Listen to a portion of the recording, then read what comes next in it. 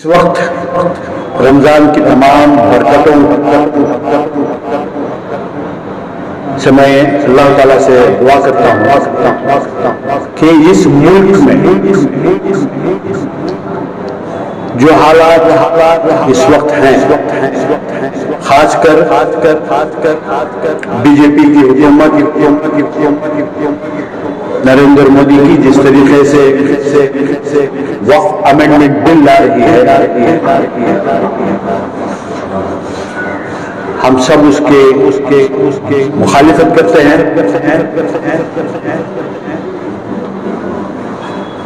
रियासत कर्नाटक में पिछले असेंबली में रियासती कांग्रेस हुकूमत इस बिल के खिलाफ इस बिल को नामंजूर करते हुए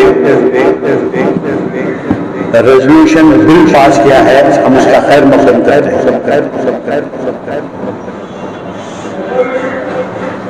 आइंदा आने वाले दिनों में भी कर्नाटक में ऐसे ही फैसले लिए जाएंगे, इसकी उम्मीद है। हाल ही में रियासत कर्नाटक की हुकूमत वजीर आला सिद्धरामैया साहब AICC all India Congress committee के प्रेसिडेंट मल्लिकार्जुन खड़गे साहब, जमीर अहमद खान मिनिस्टर साहब, नासिर हुसैन राज्यसभा MP और AICC जनरल सेक्रेटरी ने जो फैसला लिया वक्फ बोर्ड के चेयरमैन के लिए, हम उसका भी इस्तकबाल करते हैं कि उन्होंने एक बहुत अच्छा फैसला लेकर कर्नाटक के मुसलमानों को एक अच्छा पैगाम किया है। आप नहीं निकाल सके तो आपकी हैसियत ही क्या है कैबिनेट में रहने की? अब है क्या है आप? अब हमारे बच्चों के स्कूलों में जो है ना, उनको इस सर्टिफिकेट की जरूरत पड़ती है, नौकरी में जाने के लिए सर्टिफिकेट 2B की सर्टिफिकेट की जरूरत पड़ती है, और हमारे सारे कबीलों के नाम, हमारे सारे लोगों के नाम, मुसलमानों के नाम उससे काट दिए गए हैं, और तहसीलदार सर्टिफिकेट नहीं देता है। कई बार कहने के बावजूद भी आपको पता नहीं है क्या करना है क्या नहीं करना है, फिर भी आप कह रहे हैं कि मैं माइनॉरिटीज का मिनिस्टर हूं। शर्म आनी चाहिए आपको। पहले सबसे पहले हमारे बच्चों का फ्यूचर बनाइए। एक सर्टिफिकेट आपसे ही वापस लेना नहीं। बीजेपी के दौर में जो है ना, सर्टिफिकेट इशू करने का ये मना किया था उन्होंने सारे तहसीलदार आज हमें सर्टिफिकेट नहीं दे रहा है। हमारे एडमिशन में हमें कोई रियायत नहीं मिल रही है। आपको कहने के बावजूद भी आपकी कान पे जू तक नहीं रेंग रही है। तमाम मुसलमाना ने कर्नाटक बल्कि मुसलमाना ने हिंद और आप सबको जो है रमजान की मुबारकबाद। 24 रोजे हो गए हैं, बल्कि आपको बहुत जल्द जो है ईद मुबारक भी कहना है।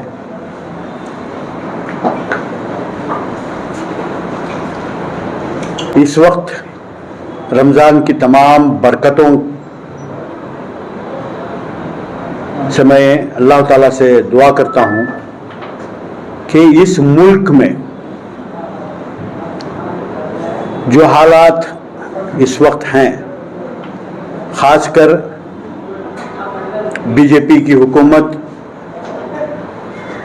नरेंद्र मोदी की जिस तरीके से वक्फ अमेंडमेंट बिल ला रही है, हम सब उसके मुखालिफत करते हैं।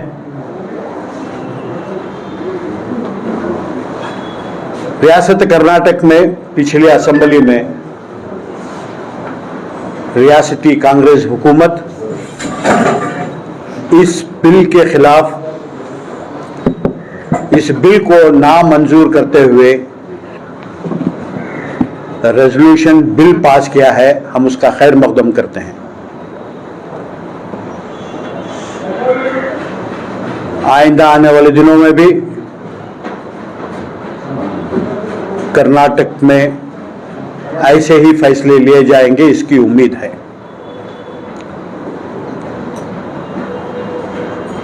हाल ही में रियासत कर्नाटक की हुकूमत वजीर आला सिद्धरामैया साहब, AICC all India Congress committee के प्रेसिडेंट मल्लिकार्जुन खड़गे साहब, जमीर अहमद खान मिनिस्टर साहब, नासिर हुसैन राज्यसभा एमपी और एआईसीसी जनरल सेक्रेटरी ने जो फैसला लिया वक्फ बोर्ड के चेयरमैन के लिए, हम उसका भी इस्तकबाल करते हैं कि उन्होंने एक बहुत अच्छा फैसला लेकर कर्नाटक के मुसलमानों को एक अच्छा पैगाम दिया है। जो मेंबर्स उस दिन गैर हाजिर रहे उसमें 3 मेंबर्स हुकूमत की जानिब से नामजद किए गए थे जो गैर हाजिर रहे। एक मेंबर जो एक्स बार काउंसिल की तरफ से मुनक़िद हुए थे वो एब्सेंट रहे। एन.ए. हारिस आ गए थे बाद में। तो जिनको नामजद किया गया था उनको कर्नाटक की हुकूमत और सिद्धरामैया साहब ने नामजद किया था।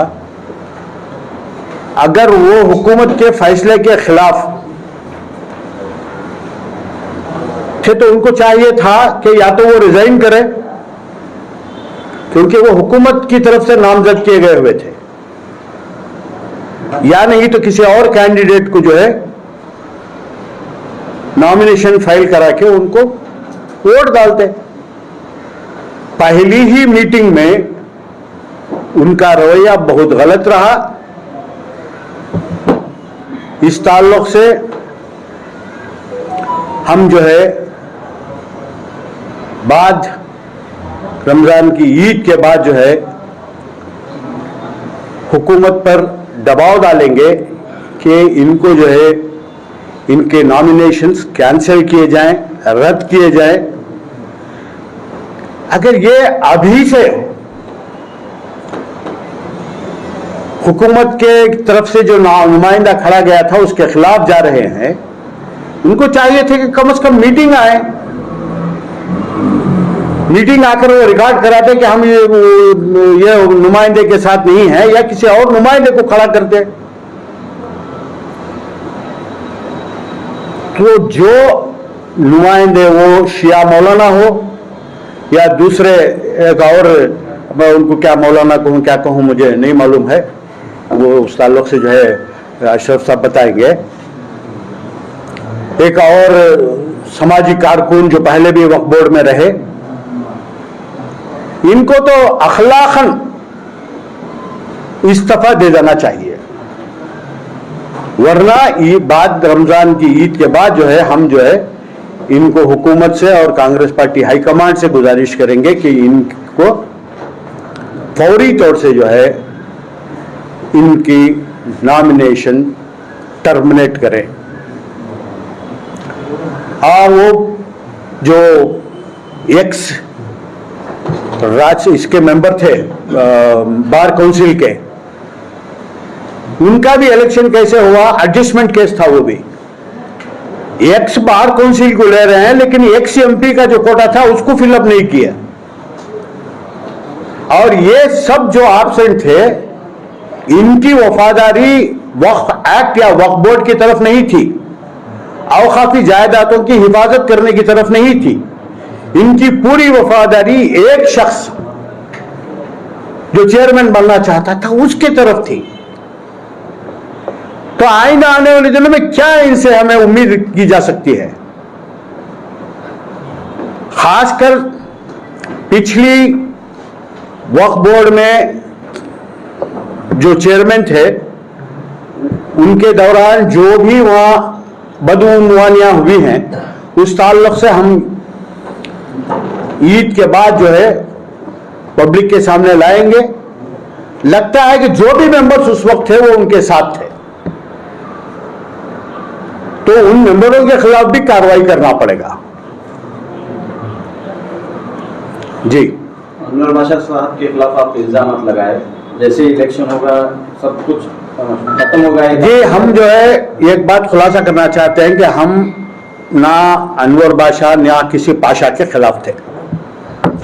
हमारा मकसद यही था कि शीतल दुर्गा में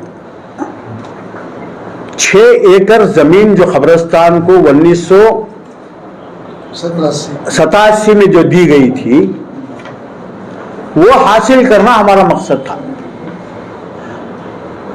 इंशाअल्लाह ईद के बाद हम दोबारा वहां जाएंगे और क्या क्या कार्रवाई करेंगे वो आप जो है अशरफ साहब आपको बताएंगे।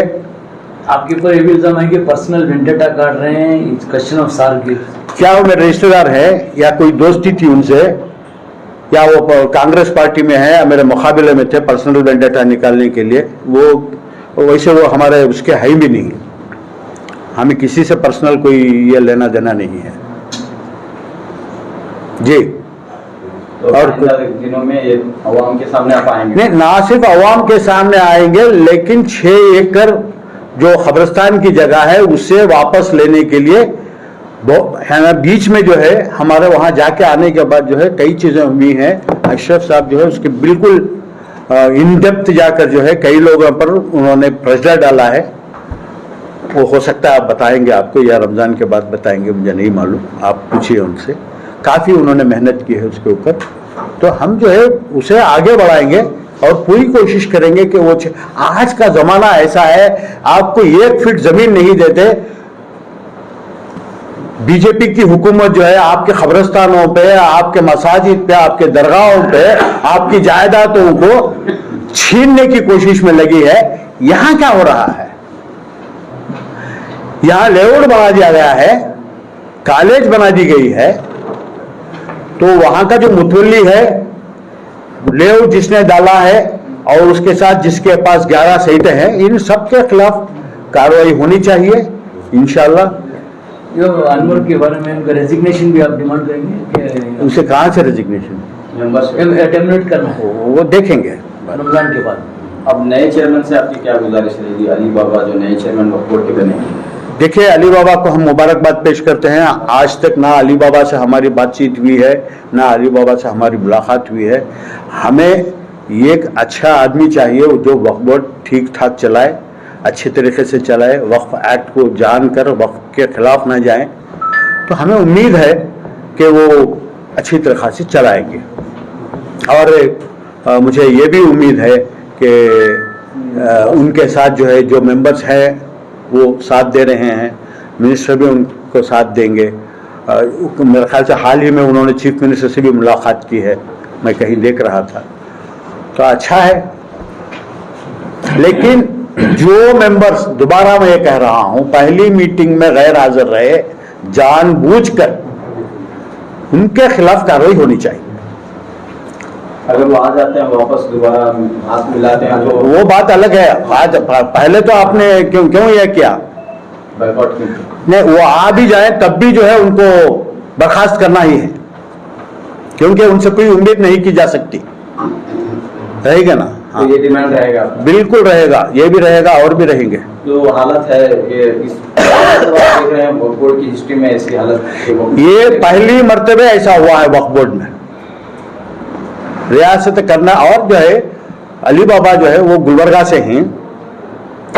वक्फ बोर्ड में 2 मेंबर्स अब तक, मकसूद अली खान साहब और लईकुद्दीन साहब, ये बीदर से चेयरमैन हुए थे। उसके बाद हैदराबाद कर्नाटक से कोई नहीं हुए थे, ये पहली बार उनके बाद हुए हैं। ये तीसरे शख्स हैं जो हैदराबाद कर्नाटक से रिप्रेजेंट कर रहे हैं। खारगे साहब का डिमांड वही था कि हमेशा जो है आप यहाँ इधर इस साइड के लोग ले जाते हैं, तो हमें चाहिए बोलकर। ठीक है, उम्मीद है कि वो अच्छा काम करेंगे। लेकिन रास्ता इतना आसान नहीं है, ऐसा नजर आ रहा है। जैसे जिस तरह इख्तलाफात हैं, और मैं बता रहा हूं ना, रास्ता हमवार हो जाएगा जब इनको निकाल देंगे। जब इनको बरतरफ कर दिया जाएगा, रास्ता ऑटोमेटिक हमवार होगा और काम अच्छा चलेगा। तो नए मेंबर्स आने चाहिए इनकी जगह पर? बिल्कुल आनी चाहिए। जो अरे ये किसे लॉयल है, ये एक शख्स को जिसमें वो चेयरमैन बनाना चाहते थे। तो इनका मकसद जो है वक्फ का डेवलपमेंट नहीं है, एक शख्स का डेवलपमेंट, एक शख्स के साथ चाहिए, उसकी लॉयल्टी। और जो है कुछ लोग, मैं समझता हूं, जमीर अहमद खान मिनिस्टर को बदनाम करने में लगे हुए हैं, जो उन्हीं के साथ हैं। उसमें से ये भी लोग हैं जिन्होंने उस दिन मीटिंग नहीं अटेंड की, वो भी जो है जमीर अहमद खान को डैमेज करने में लगे हुए हैं। अस्सलाम वालेकुम वरहमतुल्लाहि वबरकातुहू। आज आप लोगों से मिलकर बड़ी खुशी हो रही है कि रमज़ान मुबारक में आप सब रोज़दार हैं, रोज़े से हैं, फिर भी हमारी दावत पर आप शरीक रहे, इसके लिए मैं आप सबका शुक्रगुजार हूँ। आपको, आपके अहले ख़ानदान को मेरी तरफ से ईद की मुबारकबादी पेश करता हूँ।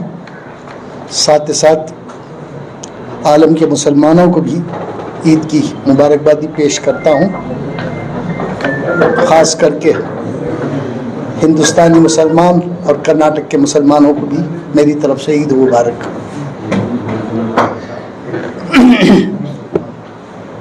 अभी जनाब वहीदुल्लाह शरीफ साहब ने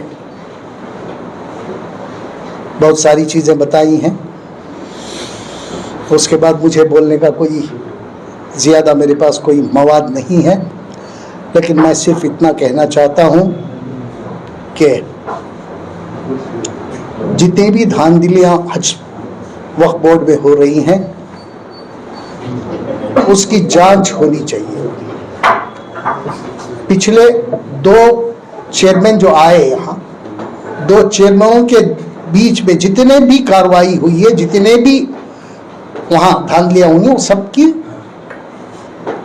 इंक्वायरी होना चाहिए और कौन उसमें कसूरवार है उसको जो है ना सज़ा मिलनी चाहिए। जहाँ तक मुझे मालूम है कि कुछ करप्ट ऑफिसर्स भी जो है ना इनके साथ, पॉलिटिशियंस के साथ मिल गए हैं और उन ऑफिसर्स की वजह ही जो है ना हमारे वक्फ बोर्ड का नुकसान हो रहा है। ये वक्फ बोर्ड का नहीं बल्कि मुसलमानों का नुकसान है। इनको वहाँ देखभाल के लिए रखा है, ना कि इनको लुटाने के लिए रखा है। ये आज लूट मार मचाए रखे हैं वहाँ। अनवर बादशाह साहब के ताल्लुक से आप पूछ रहे थे एक सवाल। अनवर बादशाह साहब की हैसियत ही क्या है? एक आदमी के लिए सारी सरकार खड़ी है, किस लिए? एक ही आदमी था जिसके लिए मिनिस्टर भी ये कह रहा है कि उन्हीं को होना है। क्यों होना है? इसके पीछे राज क्या है? जरा मिनिस्टर साहब खुले अल्फाज में बताए कि राज क्या है।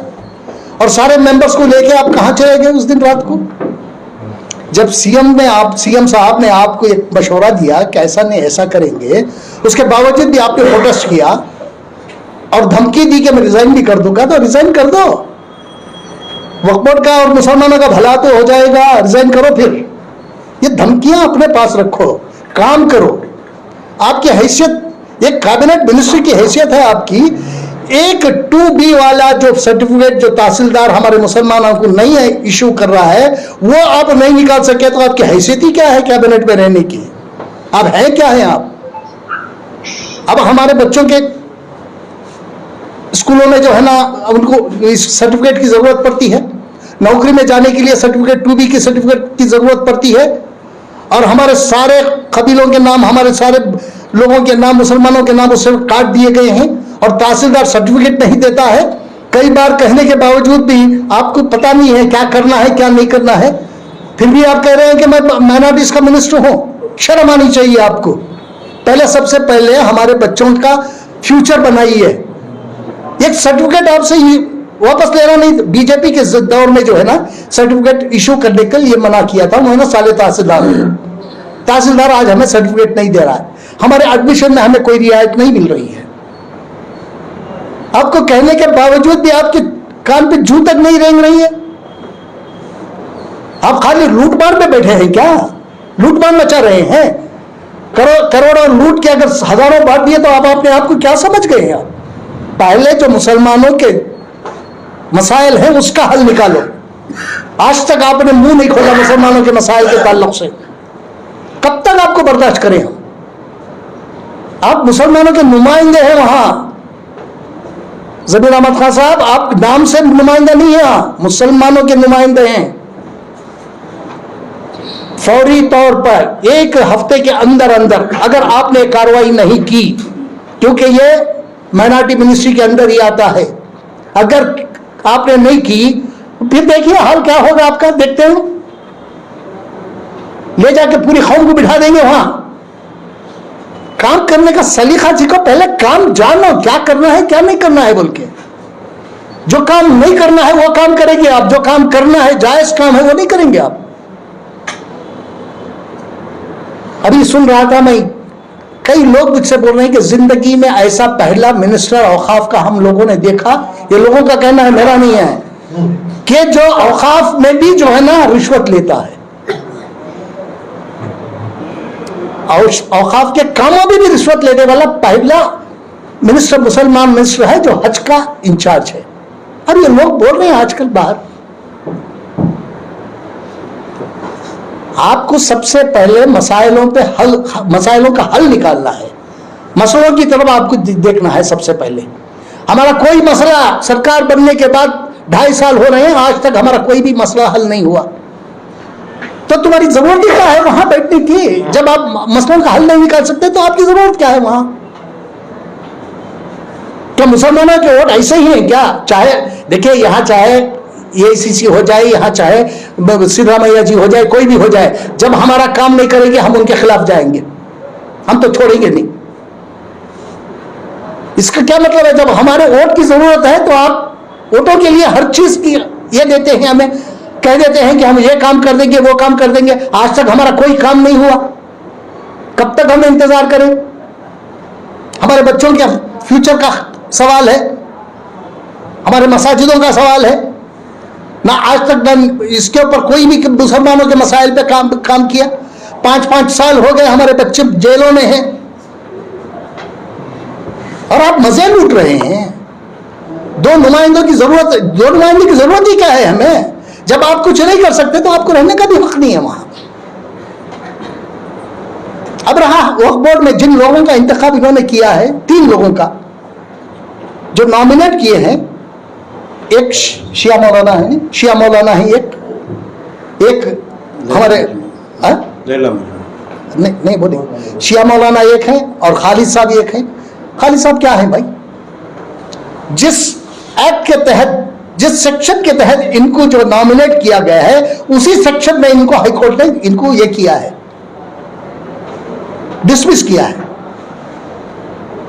इनको डिस्क्वालीफाई किया है। उसी सेक्शन के अंदर फिर इनको नॉमिनेट कराते हैं। औकाफ का सेक्शन खुली तरह से कहता है कि ऐसे आदमी को नॉमिनेट नहीं किया जा सकता, लेकिन किसके कहने पे सरकार नॉमिनेट कर रही है इनको? और कोई मुसलमान नहीं है जो डिस्क्वालीफाई हुआ है, उस डिस्क्वालीफाइड पर्सन को क्यों नॉमिनेट करेगी दोबारा? यह बदनामी सरकार की होगी। अगर कोई कोर्ट में जाके सवाल करेगा तो सरकार की बड़ी बदनामी होगी।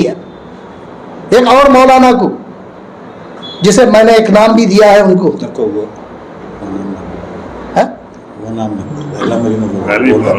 मौलाना जो है ना, उनकी अभी दास्तान आने जा रही है। अभी मैं हमारे मुस्लिम पर्सनल लॉ बोर्ड के चेयरमैन को मैंने चिट्ठी लिख दी, आज शायद चली जाएगी चिट्ठी। उसमें हमने डिमांड किया है कि फौरी तौर पर जो मौलाना हमारे कर्नाटक के वक्फ बोर्ड में उनको नॉमिनेट किए हैं, उनको फौरी तौर पर मुस्लिम पर्सनल लॉ बोर्ड की रुकनियत से उनको खारिज करो, हटाओ फौरी तौर पर। अगर नहीं हटाने की सूरत में हम जो है ना उस मौलाना के खिलाफ पूरी तरह से एहतजाज करेंगे और उस मौलाना की दास्तान सुनाएंगे। अभी रमजान है इसलिए हम खामोश हैं, रमजान के बाद मौलाना का असली नाम बोलो। मौलाना का असली नाम है ना, सबको मालूम है, नहीं सबको मालूम है, नामजद किया हुआ मौलाना।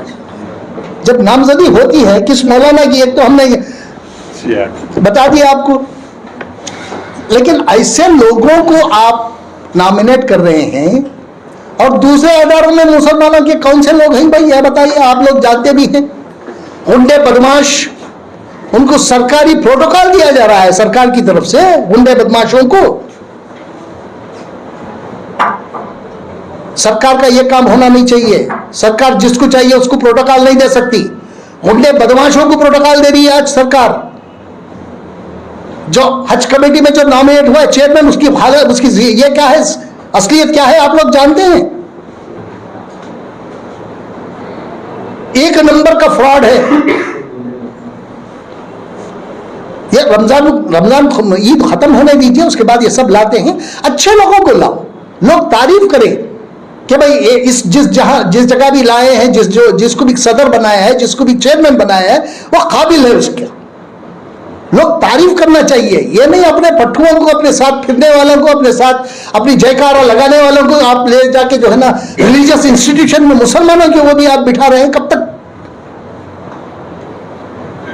रहा मामला जैसे कि हमारे इन्होंने कहा, उबैदुल्लाह शरीफ साहब ने कहा कि जो चित्रदुर्गा का मामला है, देखिए आप, मैंने नसीर अहमद साहब खुलकर कहा, नसीर अहमद साहब का मेरे पास 2-3 मरतबा फोन आया, मैंने उनसे खुलकर कहा देखिए आप इलेक्शन करा लीजिए, आप किसी को भी चेयरमैन बनाइएगा, ये मेरा कोई ये नहीं है, आप करिएगा, लेकिन 15 तारीख से पहले सर्वे नंबर 24, 25, 23, 24, 25, सर्वे नंबर 11 और सर्वे नंबर 14 का ये कराइए, सर्वे कराइए।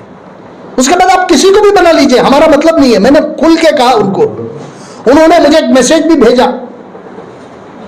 ये 13 तारीख का मैसेज था। 13 तारीख को नसीर साहब एक मैसेज भेज रहे हैं, उसमें वो कह रहे हैं कि हमने मिनिस्टर से बात कर ली है, मिनिस्टर्स को इंस्ट्रक्शंस दे दिए हैं, चीफ सेक्रेटरी रेवेन्यू सेक्रेटरी को इंस्ट्रक्शन दे चुका है, वो फौरी तौर पर सर्वे कराएंगे। ये मैसेज मेरे पास है उनका, ये 13 तारीख का मैसेज है। Instruction have already been issued by the chief secretary to survey the same land, जो हमने डिमांड की थी उसके, लेकिन आज तक सर्वे नहीं हुआ। नसीर अहमद साहब आप क्या बताना चाहते हैं?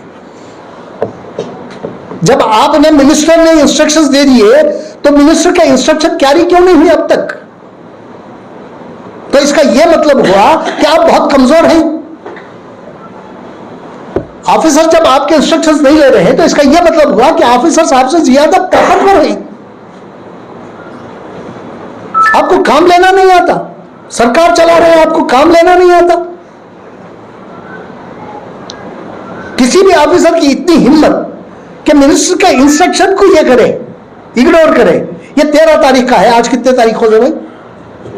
25। क्यों नहीं हुआ?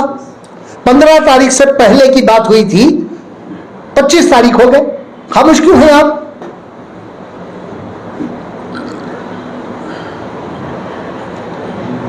कब तक खामोशी, कब तक आप भी मनमानी करते रहेंगे या खौफ की तरफ भी देखेंगे आप? हम खुद गए, मैं और उबैदुल्लाह शरीफ साहब चित्रदुर्ग जाके हमने देखा, वहां जो है ना आधा एकड़ भी हमारी जमीन नहीं है, 6 एकड़ जमीन हुई है। हम तो मांग क्या कर रहे हो? हमारी जमीन कहां है ना आइडेंटिफाई करके दो। तो आइडेंटिफाई कर देने में आपको क्या मुश्किल आ रही है?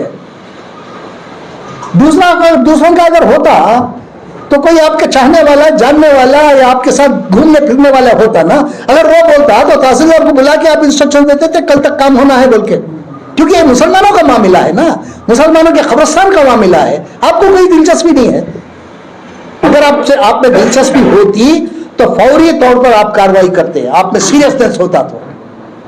मुझे लगता है नसीर अहमद साहब भी सीरियस नहीं है। आप इतने सीनियर हैं, 90s में आप मिनिस्टर रहे हैं और जूनियरों के पीछे खड़े दिखते हैं आप। शर्म की बात है हमें। पॉलिटिकल सेक्रेटरी टू सीएम 90 में आप मिनिस्टर, आप नजर आते हैं सीनियर्स, जूनियर्स के पीछे खड़े नजर आते हैं आप। अगर आप अपना इसे असर्ट करना है तो असर्ट कर लो, और कौम के कामों में सबसे पहले पूरी दिलचस्पी दिखा के कौम का काम करो पहले।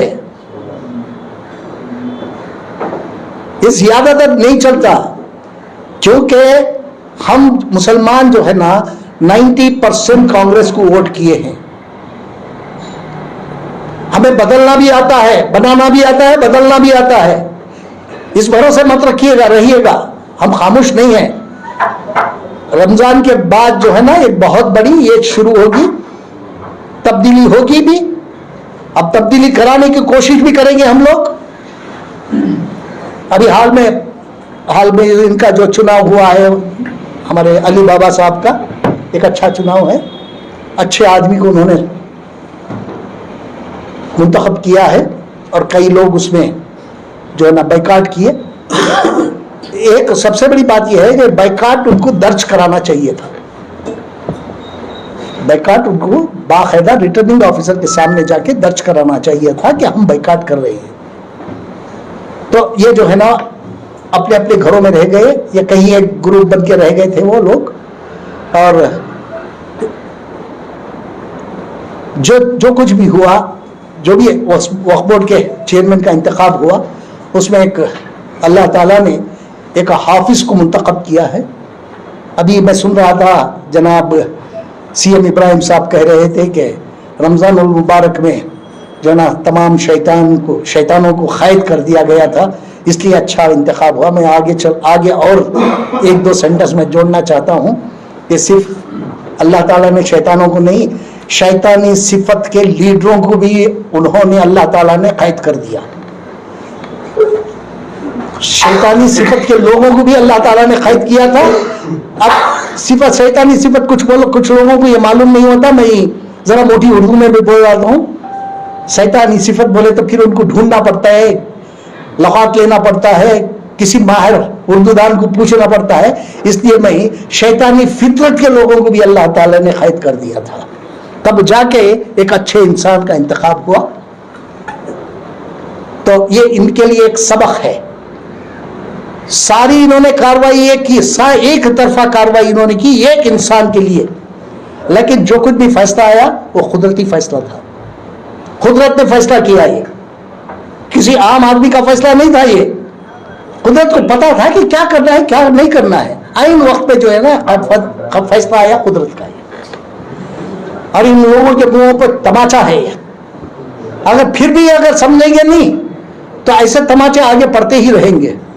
इनको समझ लाना चाहिए और समझ के जिस कौम की आप ये कर रहे हैं, कौम के रहनुमा बन के वहां जो बैठे हैं, आपको कौम की तरफ, कौम के कामों की तरफ ध्यान देना चाहिए। ना देने की सूरत में फिर आपके खिलाफ भी कार्रवाई होगी, फिर आप हम लोगों को बदनाम नहीं करेंगे।